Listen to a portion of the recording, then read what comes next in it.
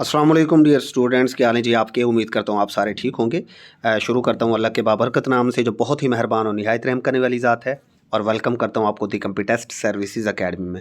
ये हमारी career counselling के हवाले से वीडियो है। करियर काउंसलिंग की हमारी प्लेलिस्ट मौजूद है जहाँ पर डिफरेंट जॉब्स के हवाले से हमने तमाम डिटेल शेयर कर रखी हैं, और गाहे बगाए आपके सामने हमारे स्टूडेंट्स के इंटरव्यूज़ आते रहते हैं, सक्सेस स्टोरीज़ अल्हम्दुलिल्लाह आती रहती हैं। ये मोस्ट डिमांडिंग वीडियो थी स्टूडेंट्स की तरफ से कि तहसीलदार और असिस्टेंट एसएमजीएडी इन दो जॉब्स का कंपैरिजन किया जाए। बहुत सारे स्टूडेंट्स मुझसे इनबॉक्स में आकर डिमांड कर रहे थे, तो आज यहाँ पर कंप्लीट कंपैरिजन आपके सामने होगा। सैलरी आपको मैं बताऊंगा exact, power, promotion and complete किस्म का एक कंपैरिजन यहाँ पर होगा। आज की डेट में, जिस डेट को मैं ये वीडियो रिकॉर्ड कर रहा हूँ आपके सामने, आज की डेट के हवाले से ये बात होने जा रही है कि क्या इनकी सैलरी पैकेजेस हैं, एलिजिबिलिटी क्या है, पावर्स क्या हैं दोनों जॉब्स की, और कौन सी आपकी तबीयत के हिसाब से बेहतर रहेगी। ठीक है। और फिलहाल हमारा सुपर सेशन जारी है। सुपर सेशन में हमारा फिज़िक्स का पार्ट शुरू हो चुका है। कल जो एवरीडे साइंस का केमिस्ट्री का पार्ट था उसका टेस्ट कल हो चुका है, और फिज़िक्स के पार्ट में हमने gravitational force, dispersion of light, rainbow किस तरह बनती है, कलर्स ऑफ लाइट्स कितने हैं, और उन कलर्स ऑफ लाइट्स की वजह से ऑब्जेक्ट्स के कलर्स किस तरह बनते हैं, transverse and longitudinal waves, relationship of wavelength, amplitude, frequency and time, Audible frequency range कहाँ से कहाँ तक होती है, pitch, quality and loudness of sound में क्या फ़र्क है, और ये क्वालिटी ये क्या है, ये प्रॉपर्टीज़ क्या हैं साउंड की, all types of energy and conversion from one energy type to other energy types, law of conservation of energy and energy converters, renewable and non renewable energy resources. इनमें से बहुत ज़्यादा क्वेश्चंस पूछे जाते हैं। Sound as a type of energy and how does it travel, application of different sounds. तो ये सारी की सारी चीज़ें सुपर सेशन में कल हमारे लेक्चर नंबर 7 में जो एवरीडे साइंस का, जनरल साइंस का था, उसके अंदर डिस्कस हो चुकी हैं। आपको वीडियो लेक्चर भी मिल चुका है, पीडीएफ नोट्स भी मिल चुके हैं। जो स्टूडेंट्स भी हमारा सेशन ज्वाइन करना चाहते हैं, डिस्क्रिप्शन में जाएँ, वहाँ पर आपको कंप्लीट डिटेल मिल जाएगी, demo lectures and other details. अब हम चलते हैं बिना देर लगाए आपकी मोस्ट डिमांडिंग वीडियो की तरफ। सबसे पहले तहसीलदार और असिस्टेंट एसएमजीडी का अगर हम कंपैरिजन करें तो सबसे पहला जो सवाल जहन में आता है कि सर ये दोनों जॉब्स किस टेस्टिंग एजेंसी के ज़रिए आती हैं, तो of course one and only PPSC, Punjab public service commission के तहत दोनों ही ये जॉब्स आती हैं। पंजाब पब्लिक सर्विस कमीशन ही इन दोनों जॉब्स के लिए एडवर्टाइजमेंट आपको देता है, और अभी भी ये जॉब्स की एडवर्टाइजमेंट आई हुई हैं, और आप लोग उनके ऊपर अप्लाई करके तैयारी कर रहे हैं। एग्ज़ाम्स होने वाले हैं। पहला तो आपका यही सवाल है कि अप्लाई किसके थ्रू करते हैं। उसके बाद जो नेक्स्ट इंपॉर्टेंट क्वेश्चन है वो होता है तहसीलदार और असिस्टेंट एसएमजीएडी का एलिजिबिलिटी क्राइटेरिया क्या होता है। तो ये भी आप लोग, जो लोग अप्लाई कर चुके हैं, आप सबको पता है कि आपको जस्ट एक 14 ईयर्स यहाँ पर डिग्री रिक्वायर्ड होती है। 14 साल तालीम आपको चाहिए होती है। आपके पास बीए की डिग्री है, बीएससी की डिग्री है, या बीकॉम की डिग्री है, तो आप लोग इसके ऊपर एलिजिबल होते हैं। बाकी जो एज की बात है, एज फ़िलहाल कुछ और है, कल को कुछ और हो सकती है। बहरहाल आपके पास कम से कम एक 14 साल डिग्री होनी चाहिए। आप अगर तहसीलदार के ऊपर अप्लाई करना चाहते हैं या असिस्टेंट एसएमजीएडी के ऊपर अप्लाई करना चाहते हैं, तो और ये पंजाब के हवाले से मैं बात कर रहा हूँ। असिस्टेंट एसएमजीएडी और तहसीलदार दोनों ही 16 ग्रेड की सीट्स हैं। ये तहसीलदार भी 16 ग्रेड की सीट होती है, और असिस्टेंट एसएमजीएडी भी 16 ग्रेड की सीट होती है। मेल फीमेल सारे के सारे इसके ऊपर अप्लाई कर सकते हैं। उसके बाद तहसीलदार और असिस्टेंट एसएमजीएडी की अगर हम बात करें कि जब आप पेपर इसका दे लेते हैं, पेपर की पहले थोड़ा सा मैं बता दें तो कि 100 मार्क्स का पहले आपका जीके का पेपर होता है।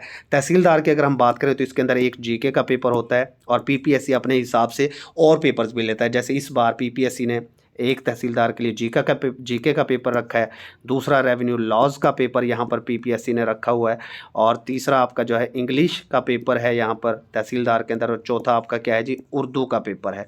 तो यहाँ पर पीपीएससी 4 डिफरेंट पेपर्स कंडक्ट करने जा रहा है तहसीलदार के हवाले से। लेकिन अगर आप असिस्टेंट एसएमजीएडी की बात करें तो सिर्फ और सिर्फ एक ही आपका 100 मार्क्स का जीके का पेपर पीपीएससी कंडक्ट करता है।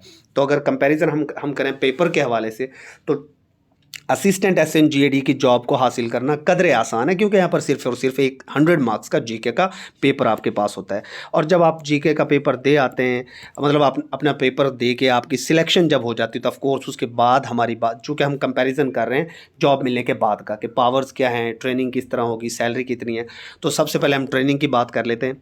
तहसीलदार की पहले मैं बात कर लेता हूँ। तहसीलदार की अगर हम बात करें तो तहसीलदार की 1 ईयर की ट्रेनिंग होती है, आपकी 1 साल की ट्रेनिंग होती है, और उसके बाद तहसीलदार को 1 साल के लिए एज ए नायब तहसीलदार बाद में काम करना पड़ता है। मतलब तहसीलदार का टोटल आप ट्रेनिंग का पीरियड ले सकते हैं 2 साल, यानी 1 साल उसकी प्रॉपर ट्रेनिंग होती है, बोर्ड ऑफ रेवेन्यू की एकेडमी में, और फिर 1 साल उसे एज ए नायब तहसीलदार भी अंडर ट्रेनिंग काम करना पड़ता है। तो कुल मिलाकर इसके तकरीबन 2 साल यहाँ पर ट्रेनिंग के बन जाते हैं। ठीक है, बहरहाल चाहे ये एज ए नायब तहसीलदार काम करो तब भी इसकी पावर्स बहुत ज़्यादा होती हैं। उसके बाद हम असिस्टेंट SNGAD की बात करें तो इसकी कोई ख़ास प्रॉपर ट्रेनिंग नहीं होती, कोई ख़ास प्रॉपर ट्रेनिंग इसकी नहीं होती। 1-2 वीक्स के जस्ट कोई कोर्सेज़ वगैरह शॉर्ट से करवा दिए जाते हैं, तो कोई प्रॉपर ट्रेनिंग का सीन असिस्टेंट SNGAD में नहीं है। तो ट्रेनिंग के हवाले से हम बात करें तो प्रॉपर ट्रेनिंग में तहसीलदार की बाजी है। यहाँ पर तहसीलदार को एक प्रॉपर ट्रेनिंग मिलती है क्योंकि उसका काम बहुत वसी होता है। उसके बाद नेक्स्ट अगर हम चलें सैलरी के हवाले से, जब आप ट्रेनिंग करके आ जाते हैं, दोनों सीट्स जब आप ज्वाइन कर लेंगे तो सैलरी का हम कंपैरिजन कर लेते हैं। तहसीलदार की बात अगर हम करें तो आज की डेट में तहसीलदार की जो सैलरी है वो जस्ट 55K इसकी एक सैलरी है, जो इसको नेट सैलरी मिलती है। ग्रॉस की हम बात नहीं कर रहे। असिस्टेंट SNGAD की अगर हम बात करें तो इसकी जो ग्रॉस सैलरी है वो तकरीबन 1,12,000 पाकिस्तानी रुपए है, 1,12,000, और इसको जो नेट सैलरी मिलती है तकरीबन 90K यानी कि 90,000 मिलती है। 90K 90,000। अब सैलरी के हवाले से अगर आप बात करें तो असिस्टेंट SNGAD यहाँ पर बाजी ले जाती है, ये बहुत बाहर है तहसीलदार के मुकाबले में सैलरी की अगर आप बात करें। बट चूँकि तहसीलदार प्राइस कंट्रोल मजिस्ट्रेट होता है, इसके पास वनडे होते हैं, ये इसके पास कोर्ट होती है, काफ़ी सारे इख्तियारात होते हैं, तो ये चूँकि लोकल कमीशन भी बनता है, वहाँ पर भी इसकी कुछ फ़ीसें बन जाती हैं। लोकल कमीशन की इसके पास इख्तियारात होते हैं, कोर्ट इसे लोकल कमीशन बनाती है, इसको TADA भी मिलता है। उसके अलावा भी काफ़ी सारे केसेस में इसको मतलब जो है सैलरी के अलावा इसका कमीशन बन जाता है, जो जायज़ में हक हलाल की कमाई की यहाँ पर बात कर रहा हूँ। हक हलाल की अगर तहसीलदार की आप बात करें तो मैक्सिमम 12 लिए 80,000 तक पहुँच जाता है पर मंथ। 80,000, ठीक है। तो 80,000 यहाँ पर इसके कमीशन मिलाकर TADA जो छोटे मोटे इसको मिलते हैं, लोकल कमीशन से जो फ़ी वगैरह इसकी बनती है तकरीबन 80,000। उसके अलावा जो तहसीलदार रिकवरी वगैरह करवाते हैं अपनी जॉब के दौरान, ज़ाहिर है लैंड रेवेन्यू की जो रिकवरीज चल रही होती हैं, बैंक्स की जो रिकवरीज चल रही होती हैं, काफ़ी सारी रिकवरीज होती हैं, वहाँ से इसको कुछ शेयर मिल जाता है। बहरहाल 80,000 से ऊपर ये किसी सूरत में नहीं जाता। 75 से 80,000 पर मंथ इसकी सैलरी तकरीबन हो जाती है। तो सैलरी के हिसाब से असिस्टेंट SNGAD बाजी ले जाती है हर तरीके से ही। उसके बाद हम बात कर लेते हैं पावर्स के हवाले से कि पावर्स जी किसके पास ज़्यादा हैं। क्या तहसीलदार के पास पावर्स ज़्यादा हैं या असिस्टेंट SNGAD के पास पावर ज़्यादा है? तो देखो भाई, मैं आपको जैसे पहले ही कह चुका हूँ कि जो असिस्टेंट SNGAD है, आपको पता होना चाहिए कि इसकी जो जॉब है वो सिविल सेक्रेटरीट के अंदर होती है। सिविल सेक्रेटरीट का जो ऑफिस है वहाँ पर ये बैठता है, AC रूम में ये बैठा होता है बड़े सुकून के साथ, ठीक है, बड़े सुकून के साथ। तो मैं पहले असिस्टेंट SNGAD का आपको बता दें तो कि SNGAD में आपको सुकून बहुत ज़्यादा मिलता है। वहाँ पर आपको वो फटीग नहीं मिलती जो तहसीलदार को मिलती है, सुकून मिलता है। आपकी जो जॉब की नोयत है वो सुबह 9-10 बजे आप जाते हैं और शाम को 4-5 बजे आप वापस आ जाते हैं। 9 to 4 एक ऑफिस वर्क है, क्लैरिकल किस्म की पोस्ट है, बट एक पुरसकून है। यहाँ पर आपका अगर आप असिस्टेंट SNGAD की बात करें तो सैटरडे भी आपका ऑफ होता है और आपका संडे भी ऑफ होता है, यानी कि आपको 2 छुट्टियाँ मिल जाती हैं। सैटरडे एंड संडे दोनों ही आपके ऑफ होते हैं। तो छुट्टी के हवाले से असिस्टेंट SNGAD बेहतर है। सुकून के हवाले से 9 to 4 आपका एक प्रॉपर शेड्यूल होता है। सिविल सेक्रेटरीट के ऑफिस में आप बैठते हैं। 3 ऑफिसेज़ हैं इस वक्त सिविल सेक्रेटरीट के। एक लाहौर में इसकी जो है हेडक्वार्टर है, उसके बाद मुल्तान, और उसके बाद तीसरा आपका बहावलपुर। तो 3 सिटीज़ में आपकी लाइफ गुजरती है। इसके अलावा फ़िलहाल किसी और शहर में असिस्टेंट SNGAD की पोस्ट आपको नहीं मिल सकेगी। इन 3 शहरों में आपकी पोस्टिंग होती है। पुरसकून लाइफ, 90,000 सैलरी, तो बेहतर है मेरे ख्याल से। अब तहसीलदार की पावर के हवाले से अगर असिस्टेंट SNGAD की बात करें हम, तो असिस्टेंट SNGAD चूँकि सेक्शन ऑफिसर के अंडर काम करता है और यहाँ पर ब्यूरोक्रेट्स ही बैठे होते हैं। सिविल सेक्रेटरीट में सेक्रेटरीज बैठे होते हैं डिफरेंट विंग्स के। आप CM हाउस में भी, CM ऑफिस में भी आपकी जॉब लग जाती है, तो आपके अच्छे खासे ताल्लुकात बनते हैं। PR यहाँ पर अच्छी खासी बनती है। तो SNGAD की जॉब भी कोई माड़ी जॉब नहीं है, बड़ी तगड़ी जॉब है। आपकी प्रमोशन स्ट्रक्चर पर भी मैं आगे चलकर बात कर लेता हूँ। अब हम बात कर लेते हैं तहसीलदार की। भाई अगर पावर के हिसाब से बात करें तो कोई कंपैरिजन बनता ही नहीं है असिस्टेंट SNGAD का तहसीलदार से। तहसीलदार को ऑफ कोर्स बहुत ज़्यादा इख्तियार आते हैं। स्पेशल मजिस्ट्रेट होता है, यानी ये PCM होता है, प्राइस कंट्रोल मजिस्ट्रेट इसे कहते हैं। फ़िलहाल की मैं बात कर रहा हूँ, हो सकता है फ्यूचर में ये इख्तियार इससे चला जाए। उसके बाद दूसरे नंबर पर इसकी अपनी कोर्ट होती है, जहाँ पर ये लोगों के पार्टीशन के फ़ैसले करता है, वनडे के फ़ैसले करता है। तो कोर्ट किसी आम बंदे की नहीं होती, कोर्ट तहसीलदार के पास ये बहुत बड़ा इख्तियार है। तीसरे नंबर पर जो तहसीलदार है वो AC1 होता है, असिस्टेंट कलेक्टर दर्जा अव्वल 1 होता है, ये भी एक बहुत बड़ा इख्तियार है। चौथे नंबर पर ये रेवेन्यू कलेक्शन का काम करता है। स्टेट के लिए रेवेन्यू कलेक्शन करना एक बहुत बड़ी जिम्मेदारी है और तहसील का ये हेड होता है। असिस्टेंट कमिश्नर के बाद ये तहसील का हेड होता है, एडमिनिस्ट्रेटिव हेड आप इसे कहते हैं। तो प्राइस कंट्रोल मजिस्ट्रेट है, अपनी इसकी अदालत है, असिस्टेंट कलेक्टर दर्जा अव्वल है। रेवेन्यू की रिकवरी इसका करना इसका काम है, बैंक की रिकवरीज करवाना, उसके अलावा जो आपके तावान की रिकवरी करवाना, आबियाना की रिकवरी करवाना, महकमा इरीगेशन इसके अंडर काम कर रहा होता है। बहुत बड़े बड़े ऑफिसर्स इसके अंडर काम कर रहे होते हैं। ये बेशक 16 स्केल की जॉब है, जो बड़े चांसेस है कि फ्यूचर में 17 की हो जाएगी, लेकिन इसके आगे 18 स्केल के ऑफिसर्स भी खड़े होते हैं, क्योंकि ज़मीन का काम हर बंदे का है, इंतकालात करना। हाँ, उसके अलावा ये सब रजिस्ट्रार भी होता है। 5वें नंबर पर इंपॉर्टेंट पॉइंट जो है, तहसीलदार और नायब तहसीलदार क्या होते हैं जी, सब रजिस्ट्रार भी होते हैं, यानी ज़मीनों की रजिस्ट्री करना भी इनका काम है। तो इख्तियारात के हवाले से तो तहसीलदार का कंपैरिजन SNGAD असिस्टेंट से बनता ही नहीं है, बहुत बाहर है। पावर के हिसाब से, इख्तियारात के हिसाब से तहसीलदार बहुत बाहर है। आगे जब आपके सामने प्रोमोशन स्ट्रक्चर आएगा तो वहाँ से भी आपको आइडिया हो जाएगा। But assistant SNGAD Saturday Sunday off है, सुकून है, हक हलाल की सैलरी है और आप 9 से 4 जॉब करते हैं, एयर कंडीशन रूम है। तहसीलदार का भी कोई ऑफ नहीं होता, संडे भी आपको जाना पड़ सकता है, रात को आपको 1 बजे भी मीटिंग की कॉल आ सकती है, ACs DCs के साथ आपकी मीटिंग्स चल रही होती हैं, डायरेक्ट आप उनके अंडर काम कर रहे होते हैं, तो एक अच्छा खासा प्रेशर आपके ऊपर बना रहता है। इसकी बेतहाशा ड्यूटीज़ हैं, क्योंकि ये तहसील एडमिनिस्ट्रेशन का जो है ज़िम्मेदार है। तहसील के अंदर आप जैसे स्मोक का इशू चल रहा है तो वहाँ पर भी इसकी ड्यूटीज़ हैं, और ईद बकरा ईद पे जो है आलाइशों वगैरह के काम भी ये अपने पटवारियों से लेता है। बेनज़ीर इनकम सपोर्ट की जो है देखभाल इसने करनी है, वोटिंग होती है तब इसकी जिम्मेदारियाँ हैं। तहसील के अंदर कोई भी एडमिनिस्ट्रेटिव वर्क है, तहसीलदार नायब तहसीलदार ने वहाँ जाना है, तो इनकी जो ड्यूटीज़ हैं वो बहुत ज़्यादा होती हैं, डाइवर्स किस्म की ड्यूटीज़ हैं। स्कूलों को भी चेक करते हैं, अस्पतालों को भी चेक करते हैं, मतलब जो असिस्टेंट कमिश्नर के ऊपर पास इख्तियारात हैं वो तकरीबन सारे के सारे इख्तियारात तहसीलदार नायब तहसीलदार के पास होते हैं। लिहाजा पावर के मुकाबले में तहसीलदार ही यहाँ पर विनर है। असिस्टेंट SNGAD एक क्लैरिकल पोस्ट है, बट सुकून SNGAD में आपको ज़्यादा मिलेगा। अब ये आपकी तबीयत के ऊपर डिपेंड करता है कि आप पावर शशका चाहते हैं या आपको पुरसकून जॉब चाहिए। ठीक है जी, तो ये पावर्स के हिसाब से हमारी बात होगी। नेक्स्ट हम बात कर लेते हैं यहाँ पर कोर्ट के हवाले से। जैसे मैं आपको पहले बता चुका हूँ कि जो तहसीलदार है उसकी बाकायदा एक कोर्ट होती है, जहाँ पर वो लोगों के फैसले करता है, जुडिशल केसेस के, जो वनडे के फैसले होते हैं उनके वंडा करना, पार्टीशन जिसे आप कहते हैं। ठीक है, जबकि जो आपका असिस्टेंट है उसके पास कोई कोर्ट वगैरह नहीं होती, वो जस्ट अपने दफ्तर में बैठा होता है, सेक्शन ऑफिसर के अंडर फाइलें कंपोज करके देना। उसके नीचे भी जूनियर क्लर्क, सीनियर क्लर्क होते हैं, LDC UDC जिन्हें आप कह सकते हैं, स्टेनो भी होता है उसके अंडर, लेकिन कोर्ट वगैरह कोई नहीं होती असिस्टेंट SNGAD के पास। तहसीलदार के पास कोर्ट होती है, जहाँ पर लोग उसके पास आते हैं, अपने फैसले करवाते हैं उससे, और ये एक बहुत बड़ा इख्तियार है जो तहसीलदार नायब तहसीलदार के पास होता है, असिस्टेंट SNGAD के पास नहीं होता।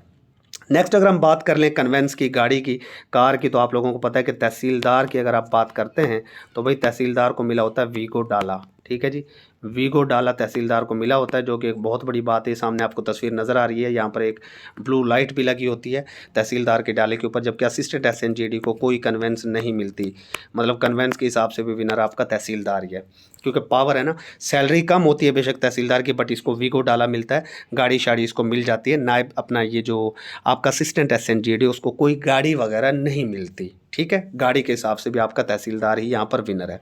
उसके बाद नेक्स्ट हम बात कर लेते हैं जी घर की, हाउस की। अगर बात करें तो बाकायदा तकरीबन हर तहसील में ही पंजाब में तहसीलदार हाउस होता है बाकायदा। जिस तरह AC हाउस होता है इसी तरीके से तहसीलदार हाउस बना होता है, गवर्नमेंट की तरफ से मिलता है तहसीलदार को तहसीलदार हाउस, जबकि असिस्टेंट SNGAD को कोई घर नहीं मिलता। ठीक है, लेकिन जब प्रमोशन होती है असिस्टेंट SNGAD को भी, ये भी आगे PMS ऑफिसर बनता है, तो वहाँ पर इसको घर मिल जाता है। बट तहसीलदार जहाँ भी जाएगा उसको घर मिलता है। असिस्टेंट SNGAD में सिर्फ 3 शहरों में ज़िंदगी गुजारनी है, मुल्तान, लाहौर, बहावलपुर। बट तहसीलदार को पूरे पंजाब में घूमना है, पिंडी जाएगा, बिहाड़ी जाएगा, मुल्तान जाएगा, लाहौर जाएगा, बहावलपुर जाएगा, तो जहाँ भी जाएगा ऑफ कोर्स उसको रिहाइश भी देती है, कन्वेंस भी गवर्नमेंट देती है। बट नायब तहसीलदार कह रहा हूँ बार बार सॉरी, आपका जो असिस्टेंट है उसके पास इस तरह की कोई फैसिलिटी नहीं होती, उसे खुद ही सब कुछ करना पड़ता है। नेक्स्ट अब मैं बात कर लेता हूँ यहाँ पर आपके प्रोमोशन स्ट्रक्चर की। यहीं पर चलो मैं आपको बता देता हूँ, प्रोमोशन की बात हम यहाँ पर कर लेते हैं जी। प्रोमोशन की अगर यहाँ पर बात की जाए, जस्ट अ मिनट, प्रमोशन की हम बात कर लेते हैं जी। पहले मैं तहसीलदार की बात कर लेता हूँ। देखिए जी, तहसीलदार जो है 16 स्केल के ऊपर काम करता है, इन फ्यूचर 17 स्केल पे का भी हो सकता है। तहसीलदार की जो नेक्स्ट प्रमोशन है वो असिस्टेंट कमिश्नर के ऊपर होती है। 5-7 सालों में ये असिस्टेंट कमिश्नर बन जाता है। उसके बाद असिस्टेंट कमिश्नर से इसने बनना होता है additional deputy commissioner revenue, ADCR, additional deputy commissioner revenue बन जाता है। और उसके बाद ये डिप्टी कमिश्नर बन जाता है। फिर ऑफ कोर्स ये कमिश्नर बनता है और फिर सेक्रेटरी लेवल तक चले जाते हैं। तो तहसीलदार की प्रोमोशन स्ट्रक्चर बड़ी ज़बरदस्त है, अच्छा खासा इसका प्रोमोशन स्ट्रक्चर है। तहसीलदार AC बनेगा, ADCR बनेगा, डिप्टी कमिश्नर भी बन जाते हैं, बल्कि इससे आगे भी कुछ लोग निकल जाते हैं। ये फिर ताल्लुकात की बात भी यहाँ पर आ जाती है। पाकिस्तान में मज़ीद इसके ऊपर यहाँ पर बात नहीं कर सकता आप लोगों से, ठीक है जी। तो जबकि असिस्टेंट SNGD की अगर हम बात करें तो प्रोमोशन स्ट्रक्चर उसका भी बेहतर है। बहरहाल हम ये तो नहीं कह सकते कि तहसीलदार के मुकाबले भी इसकी प्रमोशन फास्ट है, लेकिन हाँ एक चीज़ है कि आप ऑफिस का काम करते हैं, आप किसी को जवाब दे नहीं है 4 बजे के बाद। तहसीलदार तो शाम को 4 बजे क्या, रात को 9 बजे, 10 बजे, 11 बजे, 12 बजे, 1 बजे भी इनको असिस्टेंट कमिश्नर या DC बुला लेता है और इन्हें जाना पड़ता है। असिस्टेंट SNGD की हम बात करें तो ये 16 स्केल का होता है। ये भी नेक्स्ट इसकी जो प्रमोशन है वो ये सुपरिटेंडेंट बनते हैं, वो 17 स्केल का आपका हो जाता है, ठीक है। उसके बाद सुपरिटेंडेंट का जिस तरह तहसीलदार का AC बनने के लिए कोटा होता है, तकरीबन इस वक्त जो है वो 22.5% कोटा है तहसीलदारों का।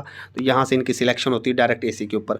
इसी तरीके से असिस्टेंट का जो सुपरिटेंडेंट होता है इनका भी तकरीबन जो है ना 22.5% में बहुत सारी और भी लोग आ जाते हैं। तो इनका तकरीबन 11.5% या 11% कोटा बन जाता है, जहाँ से ये असिस्टेंट कमिश्नर या सेक्शन ऑफिसर बन जाते हैं, ठीक है। SO जिन्हें आप कहते हैं, मतलब जो असिस्टेंट है वो डायरेक्ट AC PMS ऑफिसर या सेक्शन ऑफिसर नहीं बनता। तहसीलदार भी सेक्शन ऑफिसर लग सकते हैं, ये आपकी चॉइस होती है, आप सेक्शन ऑफिसर लगना चाहें या AC।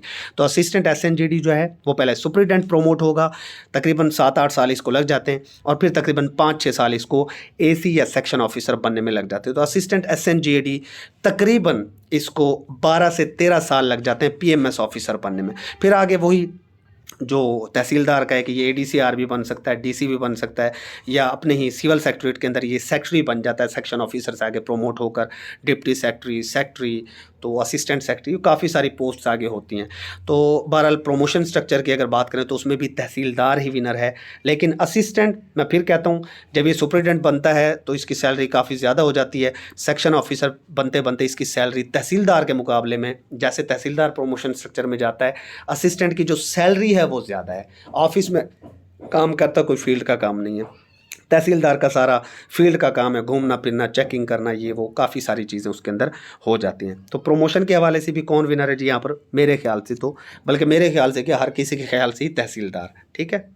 हाँ, असिस्टेंट को आप ये कह सकते हैं कि असिस्टेंट तकरीबन इक्विवेलेंट हो जाता है नायब तहसीलदार की पोस्ट है, क्योंकि नायब तहसीलदार को भी PMS ऑफिसर बनने में उतना ही टाइम लगता है जितना असिस्टेंट को लगता है। तहसीलदार बड़ी जल्दी असिस्टेंट कमिश्नर बन जाते हैं।